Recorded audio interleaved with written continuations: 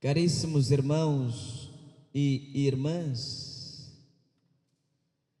a Igreja Católica Apostólica Romana, nossa Igreja, orgulhosamente, celebra hoje o 15º domingo do tempo comum.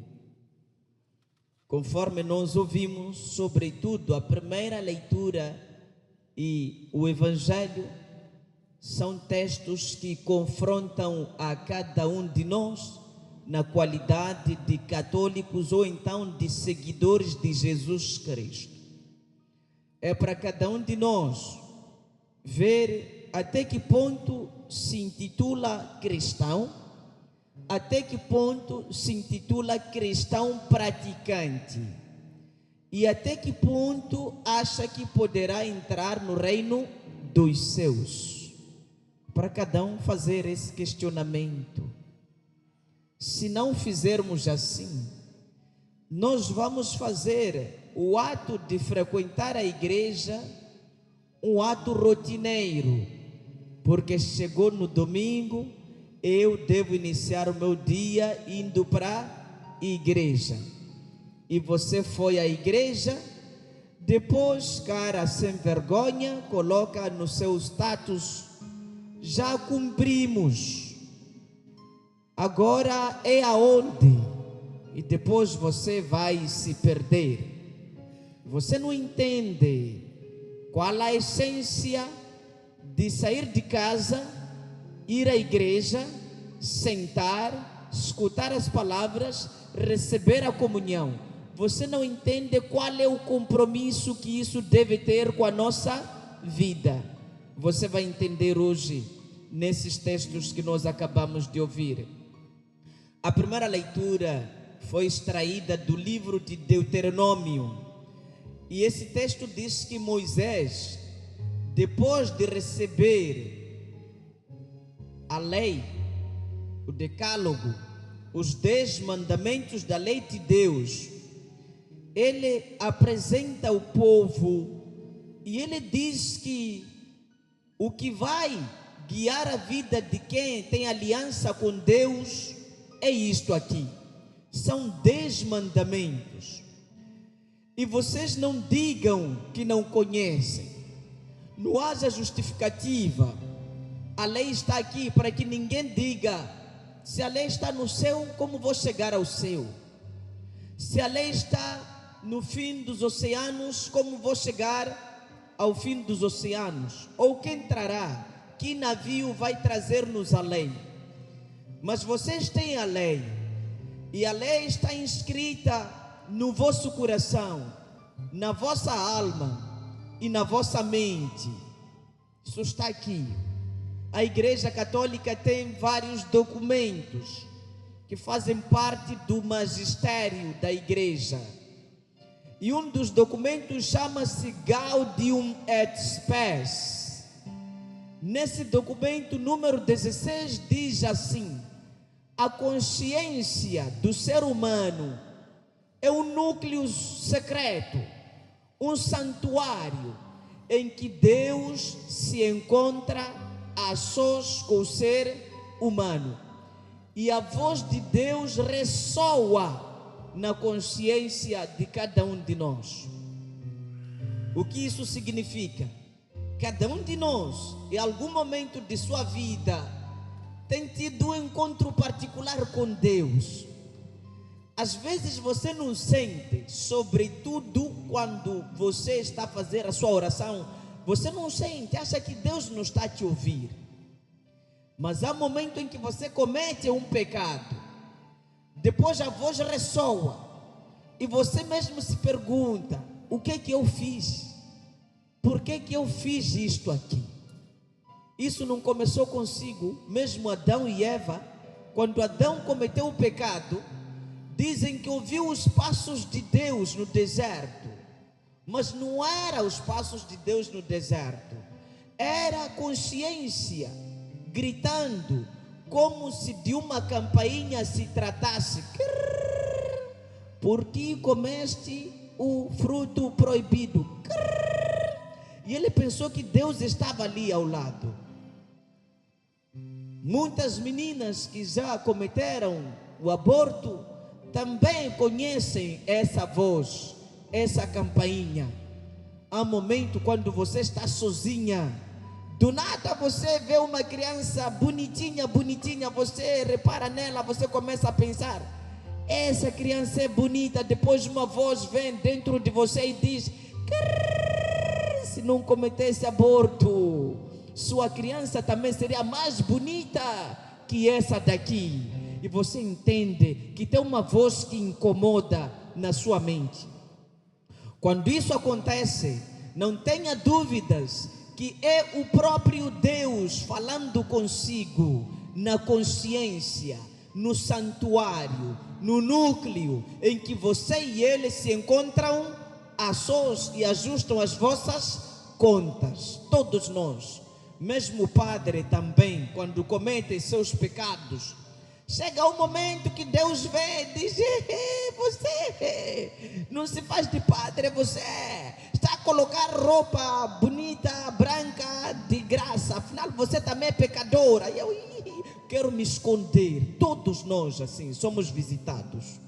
Mas por outro lado, Paulo disse, quando eu quero fazer o bem, faço o mal que não desejo. Existem essas duas forças dentro de nós. Elas lutam entre si. Que nem hoje, estava muito gelado de manhã. O frei tinha que fazer missa às 7 e tinha que acordar se calhar às 6 ou 5 horas.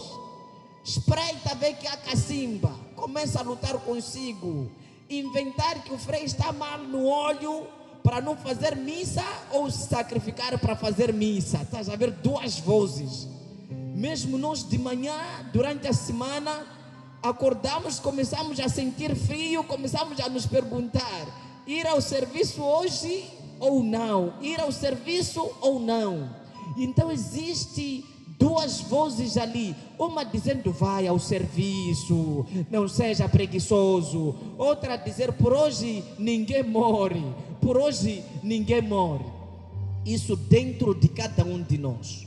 Então por conta disso que Moisés está a dizer que a lei está dentro de cada um de nós. A lei da prosperidade também está dentro de cada um de nós. Quem está a procrastinar é porque está a se condenar ao fracasso. Mas quem acorda de manhã e corre atrás dos seus sonhos, está a se afirmar alguém que quer ser próspero e que vai se manifestar em sua vida. O que está escrito em João capítulo 10, versículo 10. Quero que tenhais vida e vida em abundância. Nós temos um provérbio que diz assim: Deus ajuda quem cedo madruga. Não é madruga aqui onde vocês bebem, não, madruga, de madrugar mesmo, acordar cedo, enfrentar o cansaço, a preguiça, mas mesmo assim você correr atrás dos seus sonhos. Eu costumo ficar muito feliz, costumo ver aqui na praça de manhã, às 6, quando venho rezar 6h30 a missa, muitas senhoras aqui a correrem um pouco para diminuir a gordura, para diminuir, de manhã já estão ali até suados. Eu entendo que essas aqui vão ter sucesso, mas os seus maridos estão em casa, nunca estão ali com as meninas. Depois, quando vem na igreja, eu consigo ver quem estava a correr e quem só estava a tomar cerveja, porque o próprio semblante já mostra. Então você vê que algumas pessoas aqui não estão a acordar de manhã para diminuir um pouco de quê? Da barriga. É preciso, se queremos resultados extraordinários, é preciso que de manhã cedo nós vençamos o quê? A preguiça, para irmos atrás dos nossos sonhos.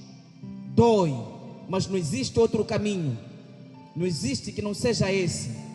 Desde que seja um caminho honesto, é preciso a gente acordar cedo, enfrentar o engarrafamento. Às vezes nos insultarem aí, porque nós cortamos a fila ali na portagem, mas todos nós estamos atrás dos nossos sonhos. Isso está escrito dentro de nós. O que é que falta? O que falta é que nós não conseguimos colocar em prática. Existem pessoas que se animaram este ano que vão para o Prodim, aqui no Prodim, correr ali na esteira, carregar ferros para virar um goleira. Mas o que é que acontece? Começaram até abril. E de abril para cá desistiram.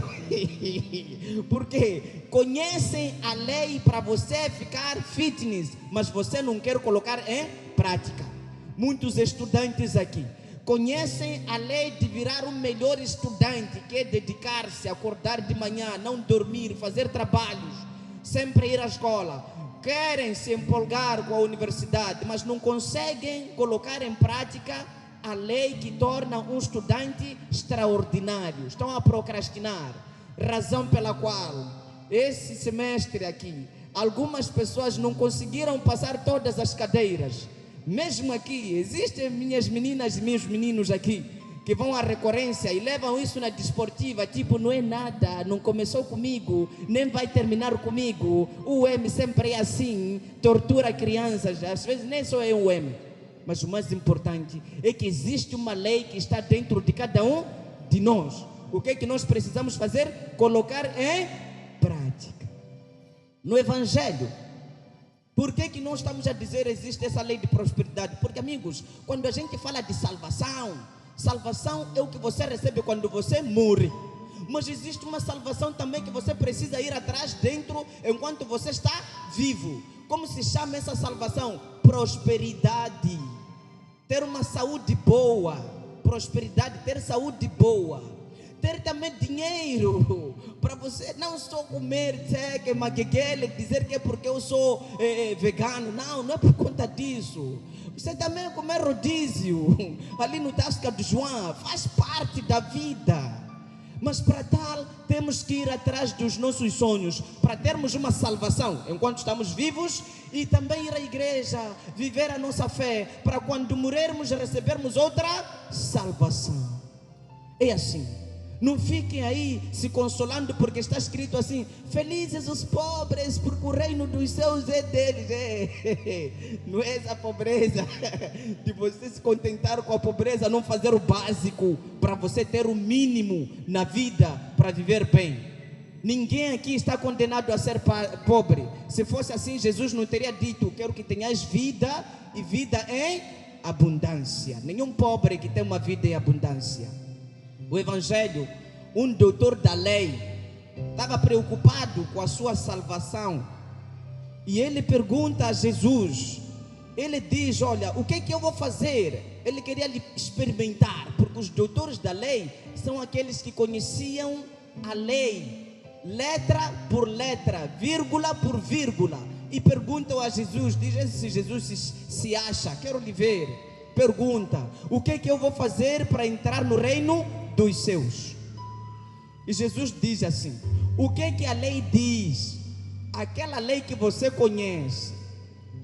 E ele diz: amarás o Senhor teu Deus com todo o teu coração e com toda a tua alma, com todas as tuas forças e com todo o teu entendimento, e ao próximo como a ti mesmo. Jesus disse: se você conhece isso, perfeito, respondeste bem, faz isso e viverás, não falta nada. Se você sabe que tem que amar a Deus, ama a Deus. Tem que amar o seu próximo, ama o seu próximo. Depois você entra no céu. Só que ele queria se justificar. E ele pergunta: Jesus, quem é o meu próximo?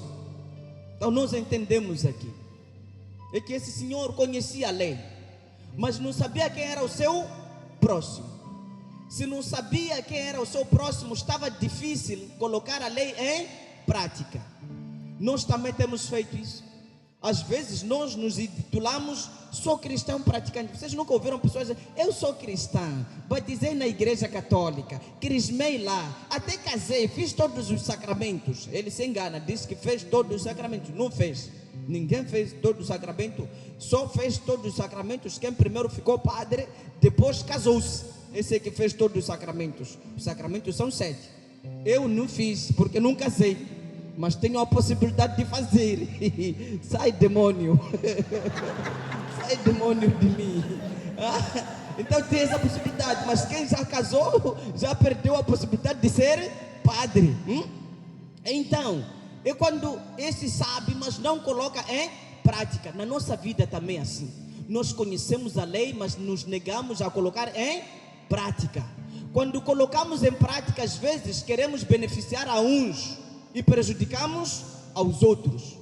Existem catequistas que quando chega no momento de crismas, batismos, existem alguns que pararam há muito tempo, catequese não aparece, mas como são amigos dos catequistas, dizem: não se preocupe, vem aqui, chefe sou eu, coloca o nome ali, já passou. Existem padres também, que quando alguém morre, nós nos perguntamos: esse era de que núcleo? Esse daí. E aí a família: não, ele não andava no núcleo, mas o filho dele era do núcleo X. A gente diz: olha, a igreja diz: se ele não andava no núcleo, então não será enterrado como cristão católico. Não nos atrapalhe. Porque uma coisa é fé do filho, outra coisa é fé do próprio pai. Nós não queremos isso aí. Se nunca veio, não vamos enterrar. Mas há situações em que o filho daquele que faleceu é amigo do padre, ou é benfeitor, ou são aqueles que dão envelope ao padre, sabe? Nessas circunstâncias, às vezes, ainda que tenha morrido lá em Majemele, não é sua área de jurisdição, aí diz: sabe, chama ele vir aqui na igreja, vamos enterrar, você sempre reza aqui. E começamos a favorecer uns e a prejudicar os outros. E nós nos dissemos: somos cristãos praticantes. E não é assim. Existem cristãos praticantes que estão sentados em casa e praticam o evangelho. São desconhecidos, não têm nome, não têm título, não têm nenhum cargo na igreja. Eles estão simplesmente na sua casa a colocar o evangelho em prática. E existe uma espécie de frequentadores de igreja que se gabam de cristãos praticantes. Todos os domingos estão na igreja, mas tem uma coisa que falta: conhecem a lei, conhecem os mandamentos da lei de Deus, mas não colocam em prática. Preciso entendermos isso. Então Jesus disse para ele: tá bom, eu vou te contar uma história. Existia um senhor que saía de Jerusalém a caminho de Jericó. Jericó era uma cidade muito pequena, mas uma cidade rica, uma cidade estratégica. Em Jericó, nós podemos comparar Jericó como Ponta Douro. O que acontece na Ponta Douro no final do ano? No final do ano, todo mundo quer ir à Ponta Douro. Se não é Ponta Douro, então todo mundo quer ir a Bilene. Bilene, como Ponta Douro, são pequenas vilas assim, mas que recebe muita gente no final do ano, porque as pessoas querem descansar ali, as pessoas querem lazer, quer tomar uma marula, talvez quando está na matola não anima, do jeito que anima lá, com uma música, um som alto, a ver o mar por outro lado. Em Jericó também era assim. Então muitos ricos iam para Jericó. E por conta disso, no caminho existiam também aqueles aproveitadores, uns preguiçosos. Preguiçoso é aquele que não está aí para ir atrás dos seus sonhos. Espera o outro ir atrás dos seus sonhos e ele realizar seus sonhos através do esforço do outro. Assaltaram um homem, quase mataram-no, levaram tudo que era dele e eles foram embora. A palavra de Deus diz assim, que no mesmo caminho em que ele estava, o primeiro a passar foi um sacerdote, um padre, passou ali. Quando o padre passa, ele vê que tem alguém ali estatelada. Não tem a mínima de aproximar, tocar, ver se aquele corpo ainda tinha vida ou não. O padre só viu e foi embora. Mas é alguém que todos os domingos diz o quê? Amai-vos uns aos outros, tenham compaixão, sede misericordiosos como vosso Pai é misericordioso. Mas naquele momento, o padre esqueceu todas as obras de misericórdia, tanto espirituais quanto corporais, e ele foi embora. Depois dizem que veio um levita. O levita, na altura, era também alguém que ajudava o sacerdote na igreja. Se fosse aqui, seria para praticamente os acólitos, os que cantam e tocam aqui no coral, aquelas pessoas mais próximas do padre na igreja. Então também passa ali. Quando passa, faz a mesma coisa que o sacerdote fez. Aparentemente o sacerdote parece uma pessoa que vai entrar no céu logo à primeira. Muitos de vocês pensam assim, que só por ser padre o lugar dele lá no céu já está reservado, enquanto é pura mentira. Você e eu podemos nos encontrar no inferno e vocês me perguntam: oh, sou padre aqui? Eu dizer, a vida é injusta, porque não é só você pregar, é preciso você colocar em prática aquilo que você prega. O evangelho não é só para o povo que está ali, é para todos nós que dissemos que somos cristãos. Até os acólitos, os leitores, os cantores, todos nós colocar em prática. Ninguém atira o céu aqui só porque era leitor. Ninguém atira o céu aqui só porque tocava bateria, piano, cantava. Ninguém. Cada um vai ao céu através das suas obras, se colocou em prática a lei de Deus ou não. Então o que é que acontece? O levita também passou. Mas tem uma coisa aqui que nós precisamos fazer, um reparo. As tantas, tanto o sacerdote quanto o levita, eles simplesmente fizeram um julgamento distante, porque isso é que é mais fácil para o ser humano. Ele julgou que se calhar ele já morreu. Se morreu, eu sou ambulância. Eu não sou ambulância, não sou a polícia. Então eu vou embora. Quando a ambulância chegar, a polícia chegar, há de fazer o seu trabalho. Ou então pode ter dito: não quero ser acusado que fui eu quem matou. Mas ainda o jovem não estava morto. A palavra de Deus diz isso. Às vezes é assim. O que é que faltou para aquele sacerdote e aquele levita?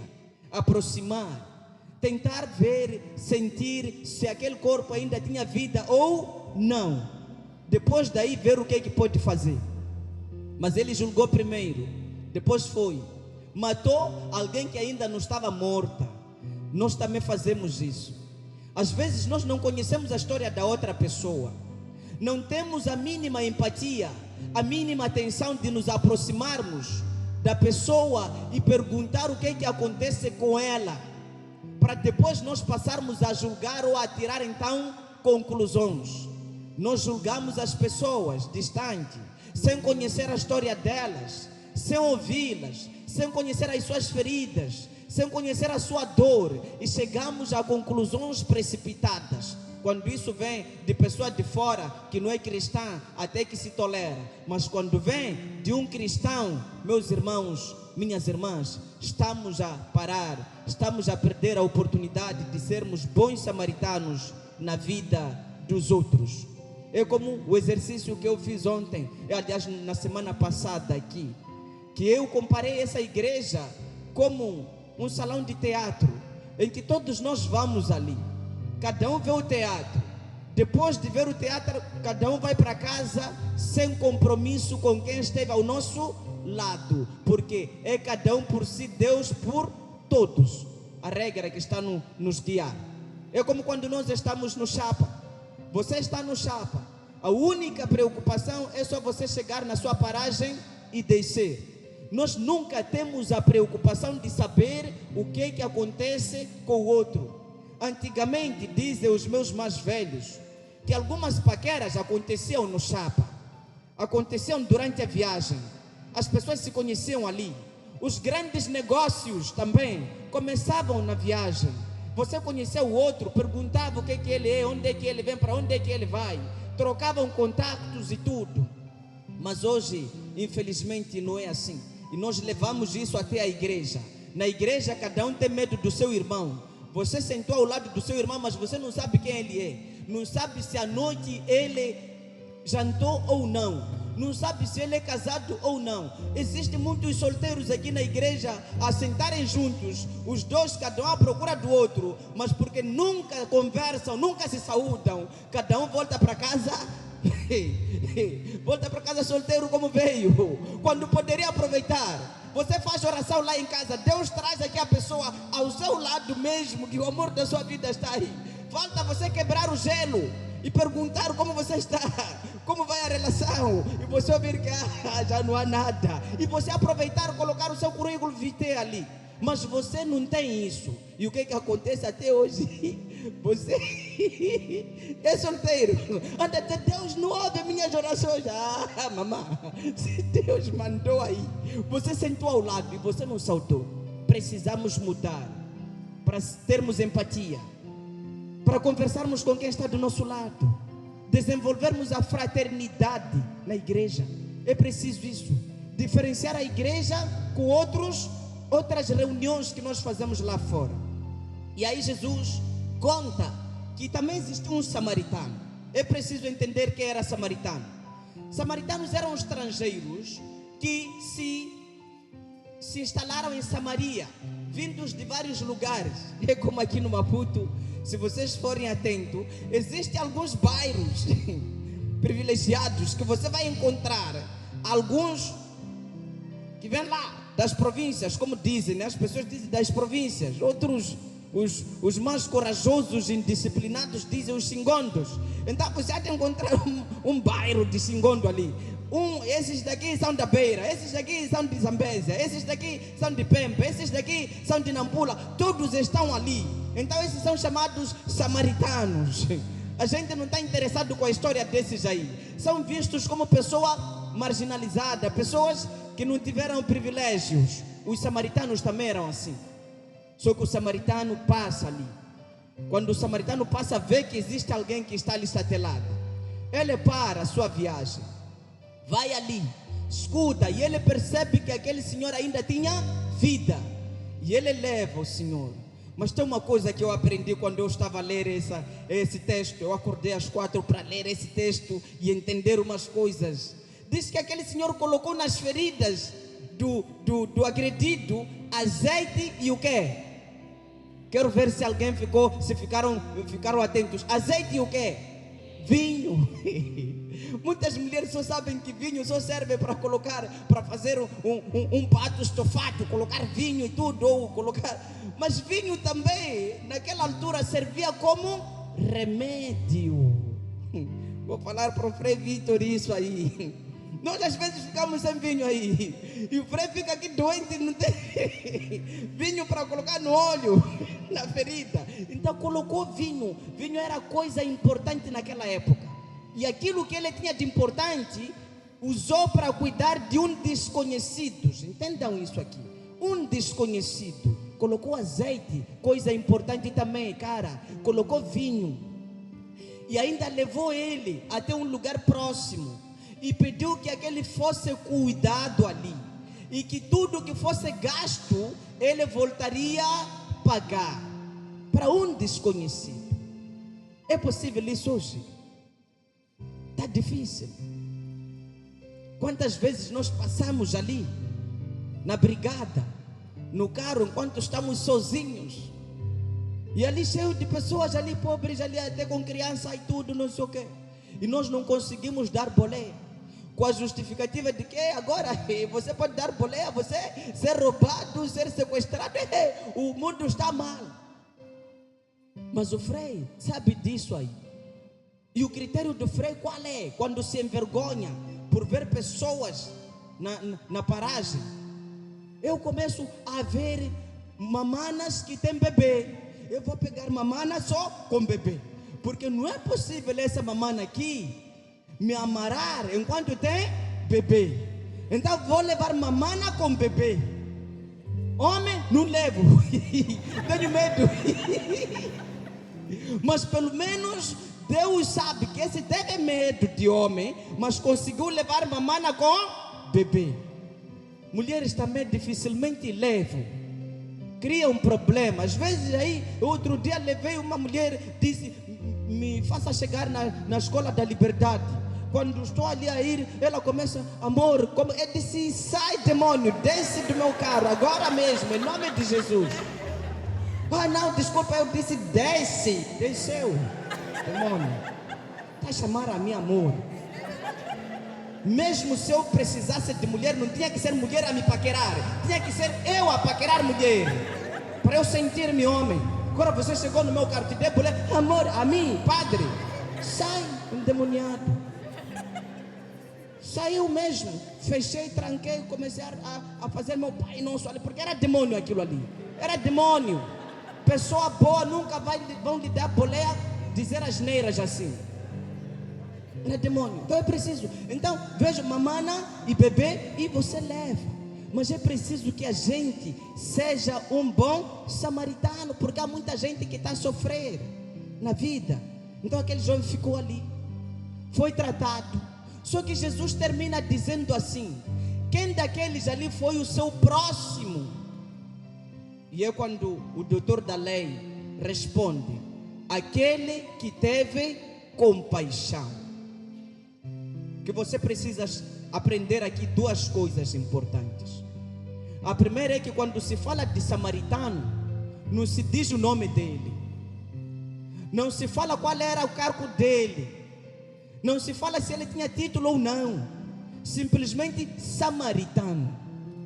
Mas a mesma coisa também, aquele homem que foi agredido, não se fala qual era o nome dele, para você entender que você e eu podemos um dia ser o agredido, ou também podemos ser o bom samaritano. E se formos o bom samaritano, o mais importante não é o seu nome, não é o seu título, não é o seu cargo na empresa, mas o mais importante são as suas atitudes, são as suas ações. Que procuremos ser conhecidos não pelo nosso apelido, porque aqui em Maputo é assim. Todo mundo quer, você sabe quem sou eu? Eu sou Tembe. Nós somos Tembes nós aqui. Você sabe quem sou eu? Eu sou Macholo, Macholo, sou dono disso aqui. Eu Macholo. Não temos problema você ser dono disso aqui. Mas o nosso problema é qual é o exemplo que você nos dá para nós sabermos que os macholos são assim. Isso é o que nos importa. Aquele samaritano simplesmente é conhecido hoje pela sua atitude. Por isso que a Bíblia não diz fulano. Na Bíblia existem pessoas que têm nomes. Zaqueu tem nome, Simão de Cirene tem nome, Pedro tem nome, Maria Madalena tem nome. Mas nós encontramos o samaritano. O texto mais importante na Bíblia não tem nome das pessoas. O filho pródigo não tem nome, porque cada um de nós pode ser filho pródigo. Então o que eu quero vos dizer, meus irmãos, minhas irmãs, que sejamos bons samaritanos, que não importe o nosso nome em primeiro lugar, que em primeiro lugar importe as nossas ações diante do outro, diante desta sociedade. A segunda coisa, meus irmãos, é que o nosso próximo quem é o nosso próximo? Nós temos uma mania de fazermos do nosso próximo quem nos aplaude, quem concorda com as nossas ideias. Às vezes, porque eu sou mulata, meu próximo também deve ser uma pessoa mulata. Eu não gosto de me misturar. Aqui escuridão eu não quero. Então vejo mulatas andarem com mulatas por aí. Em algumas circunstâncias, algumas pessoas que têm problemas de autoestima começam a dizer: eu do jeito que sou bonita, não sou tão bonita assim, não posso andar com pessoa mais bonita que eu, vou procurar uma feinha para ser minha amiga, para que onde eu for, a primeira pessoa a ser apreciada seja eu. Então você acaba criando seus próximos consoante os perfis que você está a definir. Não deve ser assim. O nosso próximo deve ser qualquer homem que foi ferido, qualquer homem que precisa de ajuda, qualquer homem e mulher que foram injustiçados. Então, caríssimos irmãos e irmãs, seremos cristãos praticantes se cada um de nós, eu padre, for um bom samaritano para vocês e para a sociedade. Que a mulher seja uma boa samaritana para o seu marido, que o marido seja um bom samaritano para com a sua esposa.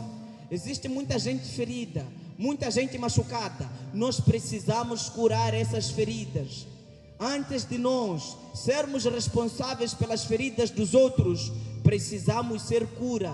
Precisamos levar o vinho e o azeite para para fazer o quê? Para colocar nas feridas dos outros. Que os filhos sejam bons samaritanos para os seus pais, e os pais sejam bons samaritanos para os seus filhos. Que as sogras sejam boas samaritanas para as suas noras, que as noras não sejam cobras para as suas sogras, e sejam também boas samaritanas. Seja louvado nosso Senhor Jesus Cristo.